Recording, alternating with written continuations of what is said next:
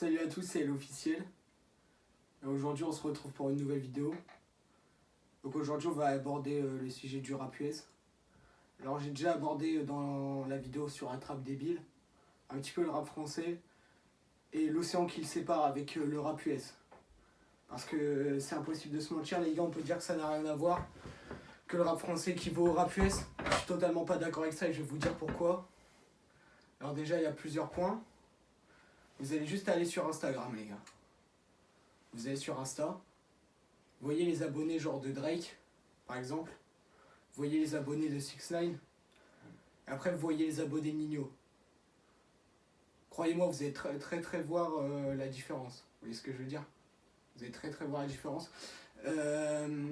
Ensuite, les rappeurs US, vous allez juste avoir les interviews de JQ sur où ils présentent leurs bijoux, leur chaîne à 750 000 $, des trucs comme ça. Croyez-moi qu'en France, à part des grills et des boucles d'oreilles et à la rigueur des chaînes Icebox, ça pète pas plus loin, les gars. Donc niveau même salaire, c'est autre chose, les gars. Ils sont beaucoup mieux payés, ils ont beaucoup plus... En fait, le truc, c'est que les États-Unis, c'est beaucoup plus grand, c'est beaucoup plus large que la France. Donc forcément, il y a encore plus de public. Et puis même, c'est beaucoup plus varié. Je m'explique, en France, à part la trappe débile et la drill, on a quoi, sérieux? Sérieusement, les gars. Après, oui, certes, il y a quelques exceptions. Mais ça reste toujours la même chose, quoi. Alors que le rap US, il y a le SoundCloud, par exemple. Vous voyez, genre Juice WRLD, Lil Peep, toutes ces conneries-là. Bah, ils ont apporté un nouveau truc. Il y a aussi la trap metal. Vous voyez, des trucs comme ça, genre Scarlord. Bon, après, Scarlord, c'est marrant 2 minutes, quoi. Parce que Zero Van, les gars, une fois, j'ai eu ma période. Mes oreilles, elles ont pris cher. C'est même pas pour le tacle quoi, mes oreilles, elles ont pris cher, les gars. Je vous jure, c'est vrai. Mais voilà, vous voyez, c'est diversifié, on se fait pas chier. On se fait pas chier. Après, même, au niveau de leur nana, sérieux, quoi. Vous voyez les meufs des rappeurs français? Bah non, ils montent pas. En fait, les rappeurs US sont beaucoup plus... on voit beaucoup plus leur vie privée, tout ça. C'est-à-dire, tu vois, que ça soit genre Offset ou avec sa nana, ou alors... Il y en a plein, les gars. Vous voyez Kanye West, tout ça, tu voyais, c'est des nanas, elles sont... Voilà, quoi. Tu vois. Alors qu'en France, il y a quoi, sérieux? C'est ça le truc. C'est ça qu'on se demande, les gars, c'est ça qu'on se demande. Puis même, on peut... En termes de vues, les gars. En termes de vues, les gars, en France, un hit, c'est 100 millions de vues. 100 millions de vues, c'est un gros hit, les gars. C'est vraiment un gros son. Alors que 100 millions de vues en rap US, c'est un hit, mais basique. Genre, c'est un son qui a marché. C'est tout. Là-bas, vous avez sur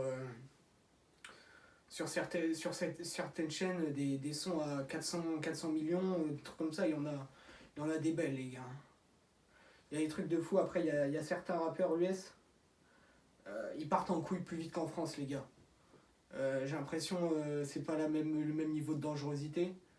J'ai l'impression de partir en prison. Genre, je prends un exemple Kodak Black, Snitch 9. Bon, là, après, je vais pas m'étaler sur le sujet de ce mec.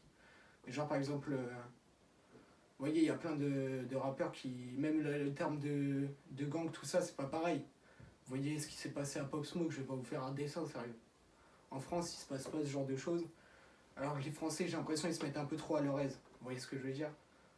Comparé aux États-Unis, ils sont un peu plus humbles. Vous voyez ce que je veux dire? Même si des fois ils se la pètent.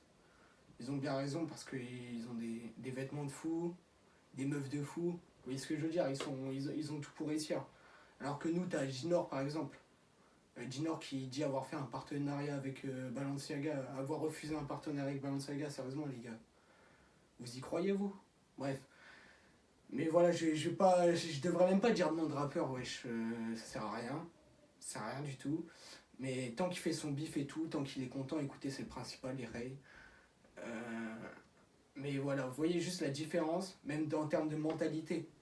Ils font beaucoup moins les gars dangereux, sérieux, aux États-Unis, alors qu'ils ont beaucoup plus de raisons de le faire. Vous voyez ce que je veux dire? Puis même, genre vraiment, leurs clips, vous voyez la différence. En France, ils essayent vraiment des trucs de fou, ils essayent vraiment dépasser le rap US en termes de clips.